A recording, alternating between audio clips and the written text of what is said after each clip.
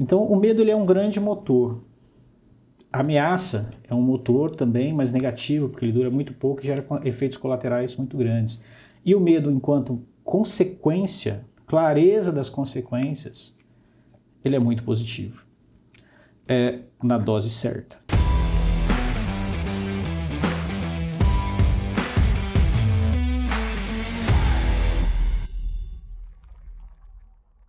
Olá pessoal, bem-vindos ao podcast Na Trincheira, esse espaço onde a gente conversa sobre assuntos de liderança e hoje um assunto talvez bastante complexo, talvez até um tabu.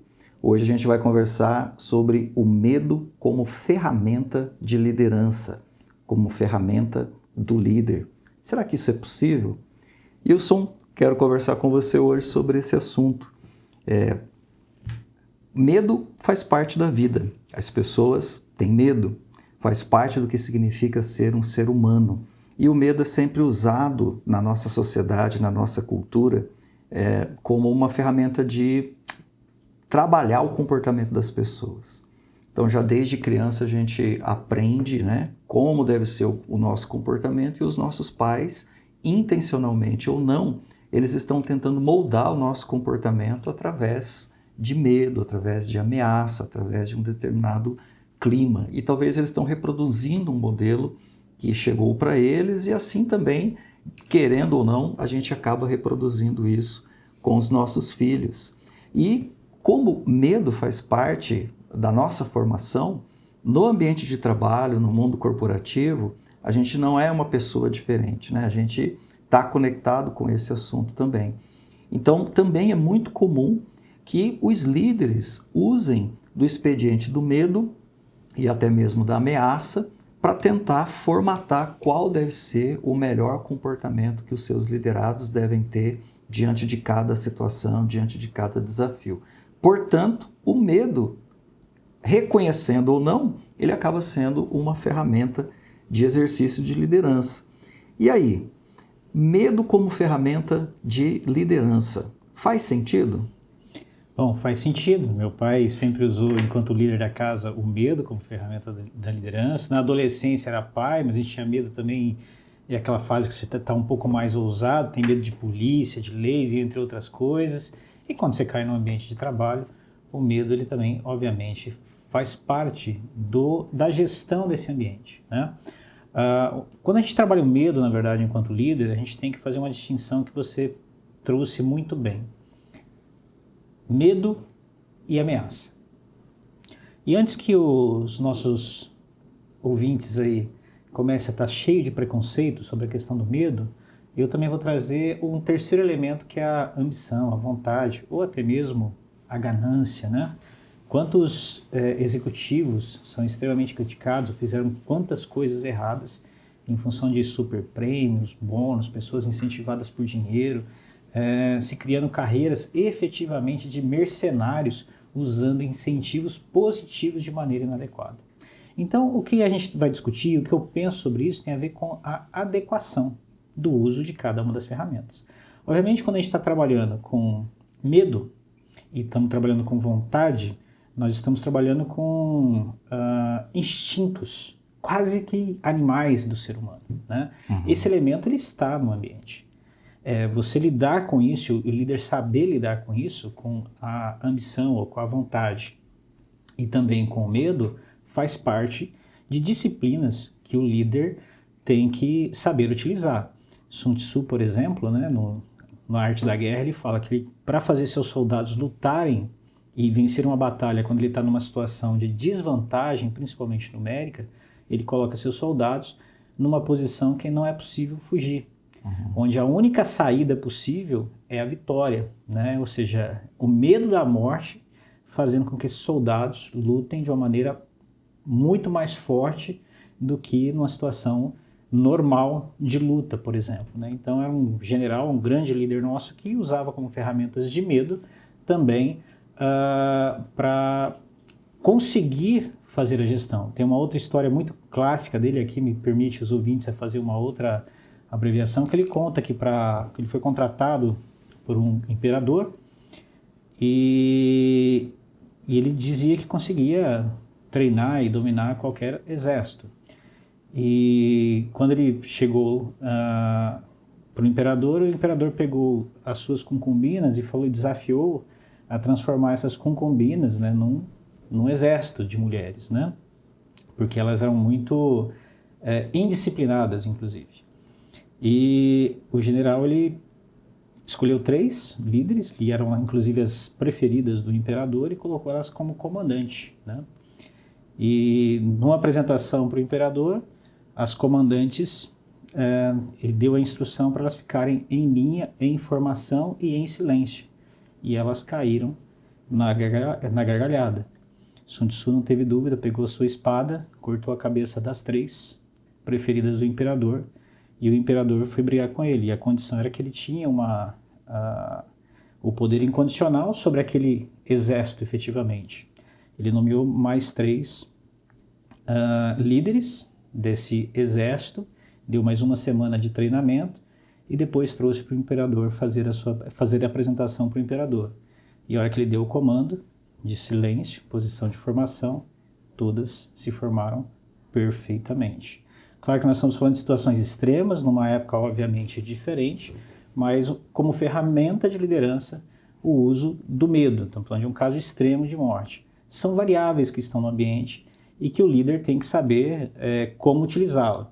Obviamente nós não estamos falando aqui de matar absolutamente ninguém, né? Mas no nosso contexto de hoje, demissão é uma situação, é uma variável que está no ambiente do líder. Cortar cabeças, né? A gente até faz uma associação em relação a isso. Então o medo está presente no ambiente, a gente não pode ignorá-lo, assim como a ambição. Mas você trouxe um outro ponto que tem um terceiro elemento aí, que é a ameaça. Sun Tzu não fez nenhuma ameaça. Ele simplesmente foi lá e fez um movimento. Não, se você não conseguir coordenar, então eu vou cortar a sua cabeça. Não é esse movimento, não é isso que está escrito no livro, efetivamente. Há consequências pelo não resultado. E isso fica claro para todo mundo. O grande problema é que o líder tem medo de deixar claro para o seu liderado as consequências de não entregar uma determinada missão. Pode ser as consequências não para ele, porque às vezes não é somente ele que está em jogo, mas, por exemplo, um time comercial que não está atingindo suas metas de venda. No nosso caso, nós trabalhamos com software.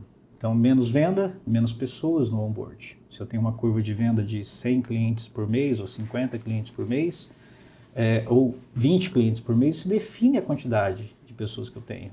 Então, se eu estou num ritmo de 50 clientes por mês e minhas vendas caem para 20, tem pessoas que vão ser mandadas embora. E não é nem na área comercial, necessariamente. Pode ter consequências primeiro em outras áreas, inclusive de demissão e desligamento. E parece que falar sobre isso é um tabu. De que pessoas podem ser demitidas, pessoas podem perder seus empregos, empresa pode quebrar. Eu vejo empresários muitas vezes em situações de crise, empresa com dificuldades e não conta para os seus colaboradores, porque tem medo de perder as pessoas, fica nas aparências de que está tudo bem, sendo que a situação é crítica, o barco está afundando, mas para não deixar ninguém com medo, né, a gente não conta essas histórias. Então o medo ele é um grande motor. A ameaça é um motor também, mas negativo, porque ele dura muito pouco e gera efeitos colaterais muito grandes. E o medo, enquanto consequência, clareza das consequências, ele é muito positivo. Na dose certa. Na dose certa. Não estamos falando aqui para criar histórias e deixar as pessoas em pânico. Mas nós estamos falando de falar a verdade. Se essa missão for cumprida, né? Se essa entrega for feita, quais são as consequências para o negócio? Se essa entrega ou essa missão não for cumprida, como a gente fala aqui em relação às entregas e objetivos, qual é a consequência para o negócio? Qual é a consequência para a carreira da pessoa que está na missão, que está responsável por essa entrega? Isso tem que estar muito claro. Eu tenho uma história, que daí não é uma história muito boa, na meu early stage, enquanto líder, né? Estava começando, eu usei de forma ok, mas sem sucesso porque eu coloquei elementos de ameaça. E já era também uma situação extrema, onde o líder já não tinha conseguido, através de feedback e através de alinhamento de consequências, e um projeto que tinha data para terminar, uma data curta, nos próximos 90 dias, a gente estava com uma pessoa na equipe, uma equipe de 7 pessoas, desengajada. E aí contaminando outras pessoas na equipe. Além de ela não estar conseguindo fazer as entregas dela, ela estava gerando dificuldades nas outras pessoas, trazendo essas pessoas para o seu modo de pensar. Quase não é comum isso aí na tua equipe, né, que você lidera. Muito bem. Como a gente precisava muito dessa pessoa ainda nesse período de fechamento do projeto, que era um projeto com prazo definido, o líder veio me pedir ajuda. E a primeira verificação já conversou, já deu feedback, já deu prazo de melhoria e ele tinha cumprido todas essas etapas. Eu fui para o desespero, no último movimento. Fiz 2 cartas para ele.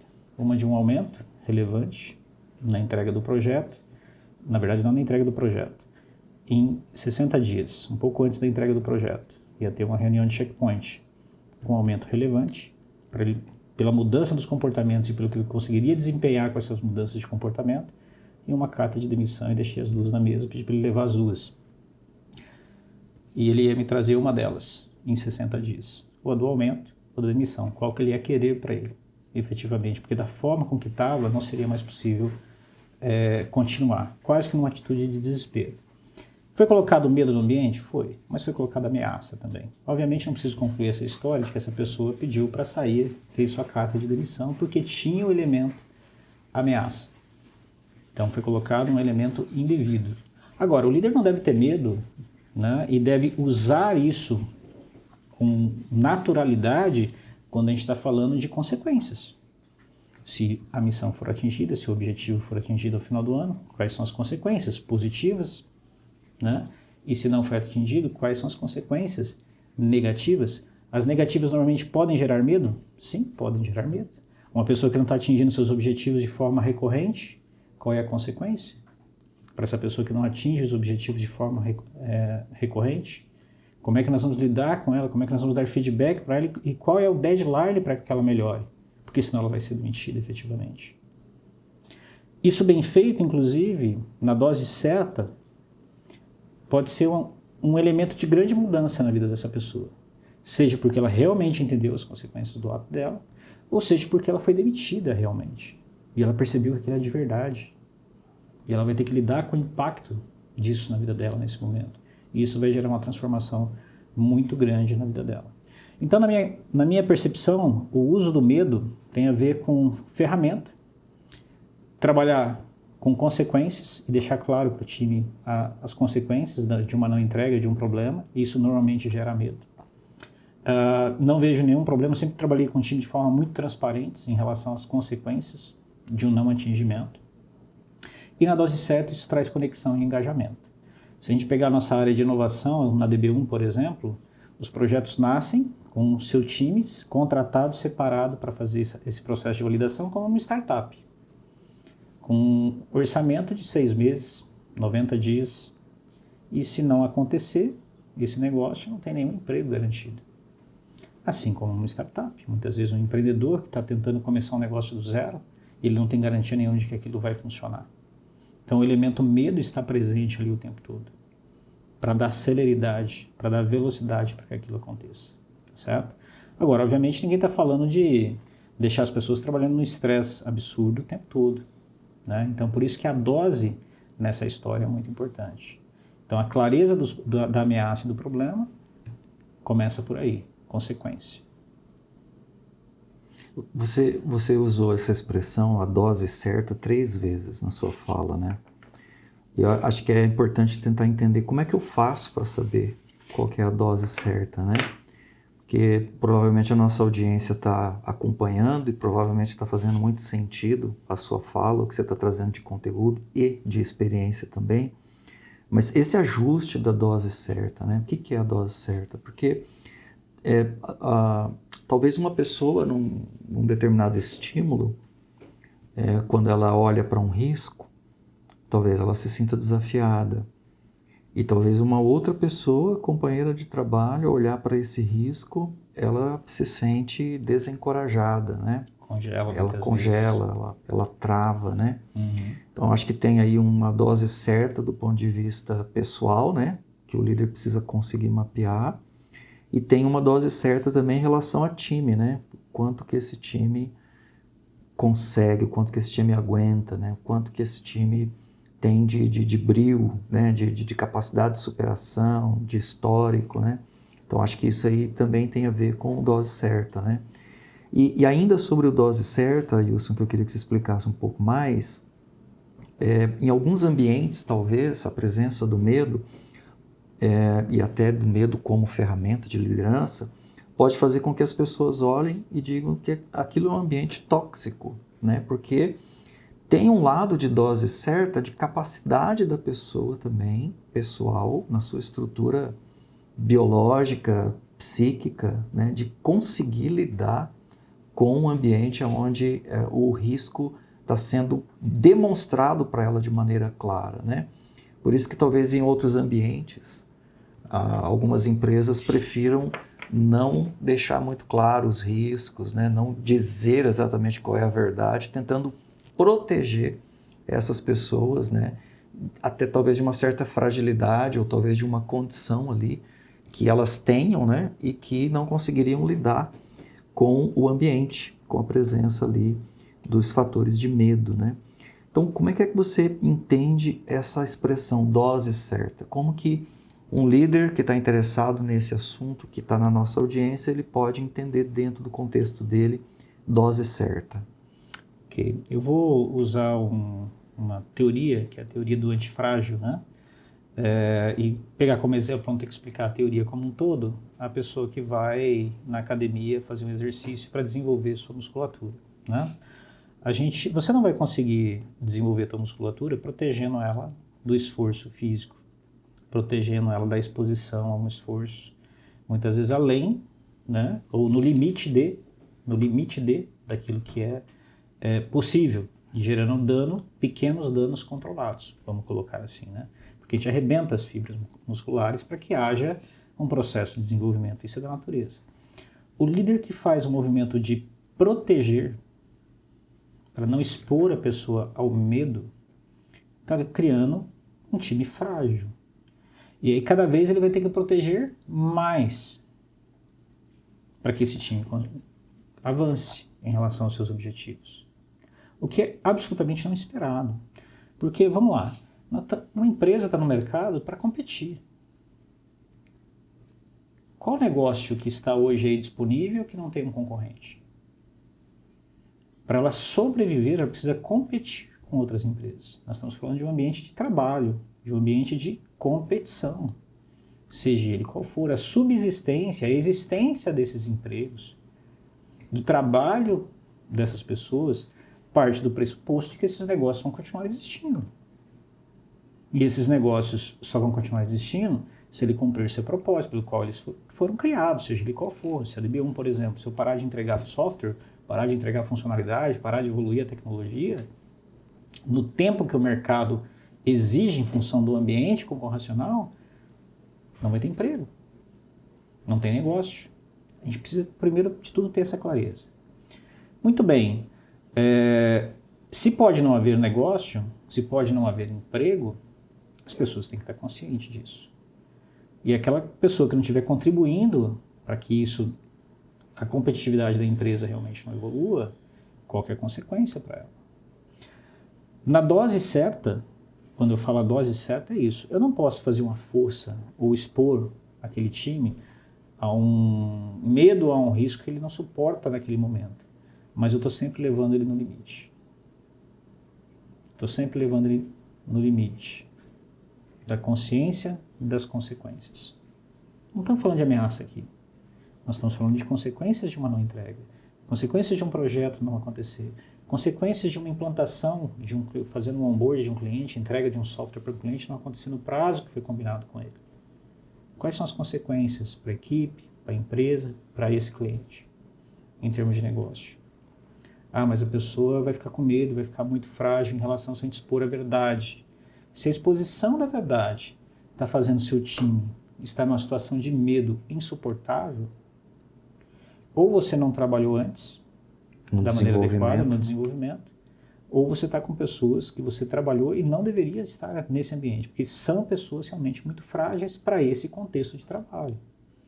Talvez em entidades sem fins lucrativos, talvez em outro tipo de negócio, não tão competitivo quanto o teu, possa fazer um pouco mais de sentido para essas pessoas.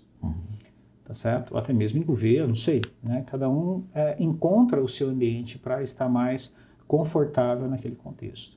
Agora, em geral, as empresas estão no mercado, elas estão expostas a uma concorrência, estão expostas ao risco desse negócio não existir mais por muito tempo. Nesse contexto, as consequências têm que estar muito claras, e a dose, que foi essa pergunta que você me fez, é sempre próximo do limite das pessoas, de tal forma que não arrebente elas. Eu não posso levantar um peso que vai arrebentar a musculatura.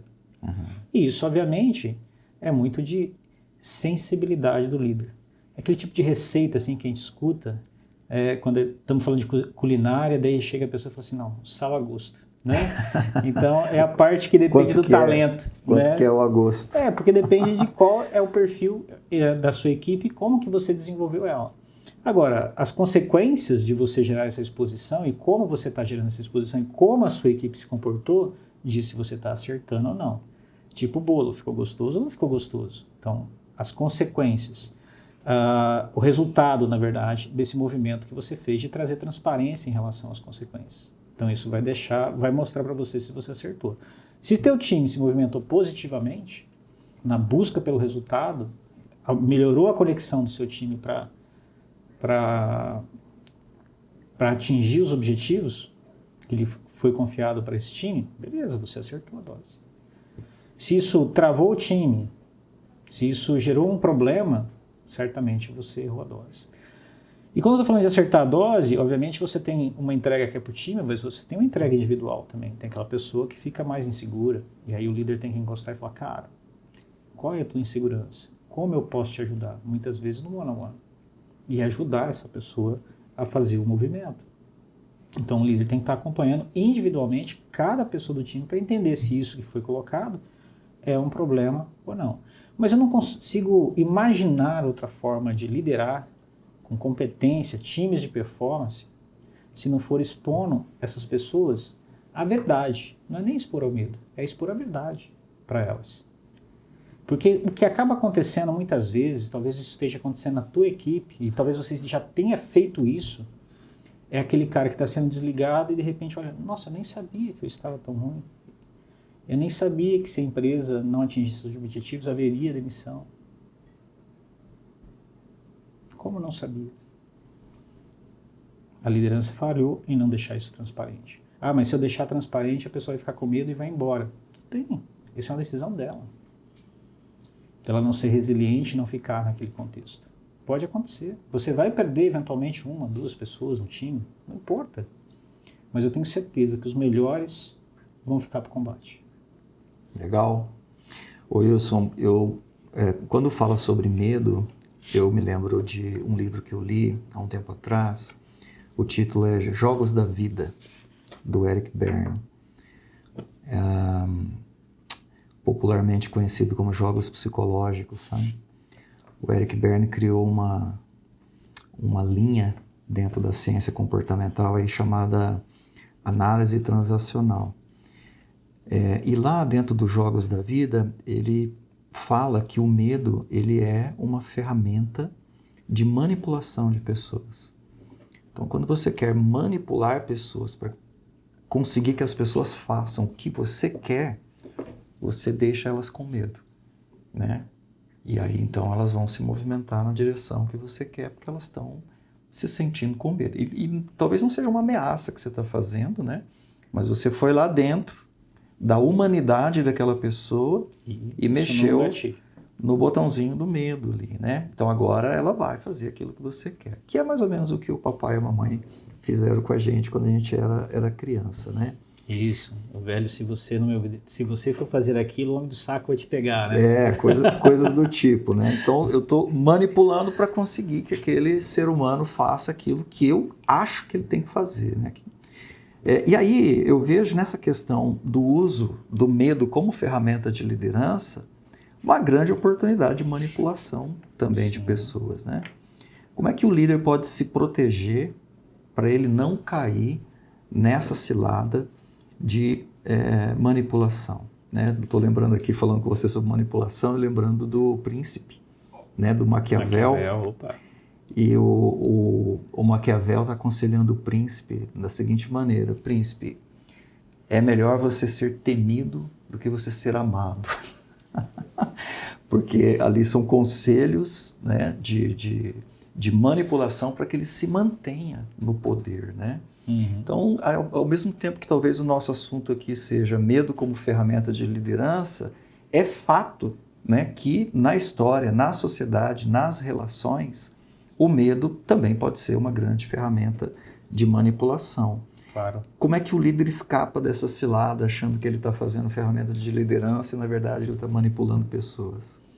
Bom, bacana que você trouxe Maquiavel, porque isso é utilizado até hoje, né, nas empresas e na liderança. Muitas vezes quem não conhece as técnicas, a gente não percebe quando está sendo usado, isso está sendo usado contra a gente, inclusive. Leitura recomendada. Bom, vamos imaginar um outro contexto onde você tem uma força policial ou militar nas ruas. Quando é manipulação e quando é proteção? Porque em ambos os casos gera medo. O policiamento ostensivo tem a ver com coação, geração de medo de se fazer algo errado. O certo ou errado depende de quem está definindo, obviamente, as regras. Então, a resposta é muito simples. Tudo é ferramenta.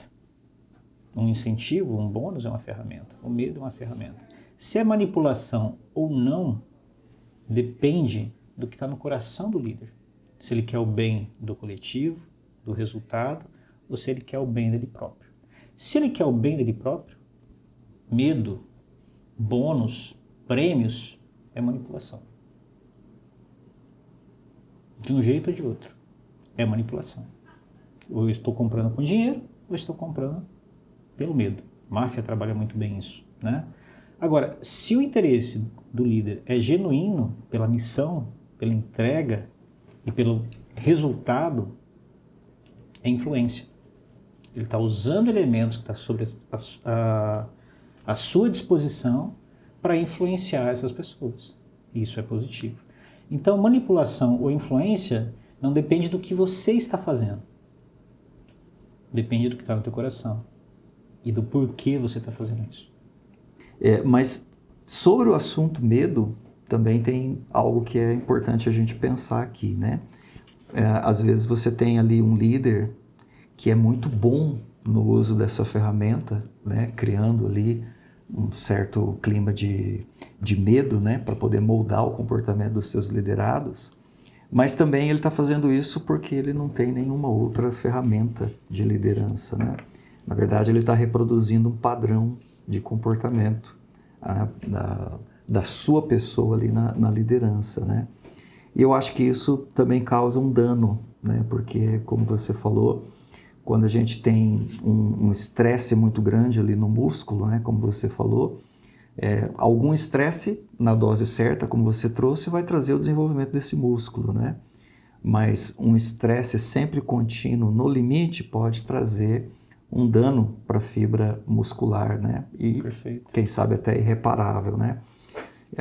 Como é que é essa responsabilidade do líder de conseguir liderar fora do seu padrão de foco no risco e no medo?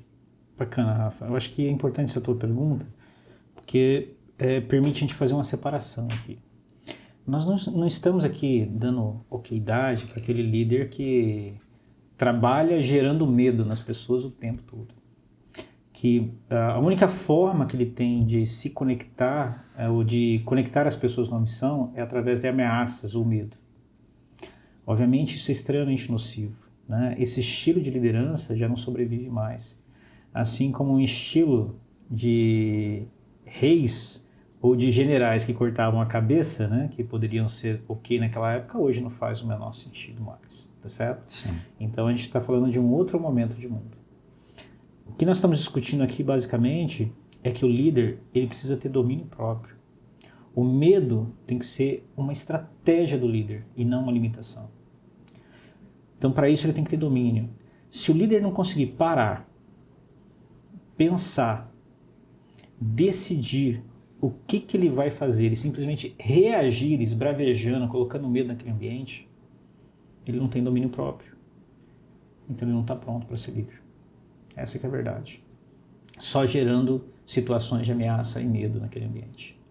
Esse time não vai prosperar, essa empresa efetivamente não vai prosperar e vai ter pessoas só dependentes dele buscando sua aprovação. E no mundo de hoje, isso não é suficiente para você competir tão pouco. Então a gente precisa sim do time com clareza das consequências, com autonomia para trabalhar, para evitar essas consequências negativas, que seria o caso do medo, altamente conectado com a missão, inclusive com as vantagens dessa missão, muitas vezes, que não necessariamente é financeira, né? E com base nisso, a galera se movimentando bem, motivada, e não curvada, ou com medo, ou acordando de manhã, tendo que se esforçar para vir trabalhar. Mas claro, eu acordo muitas vezes cedo, e vou na academia, porque senão eu vou engordar, porque senão eu vou mudar a qualidade dos meus exames, e senão eu posso morrer mais cedo. Isso não é medo?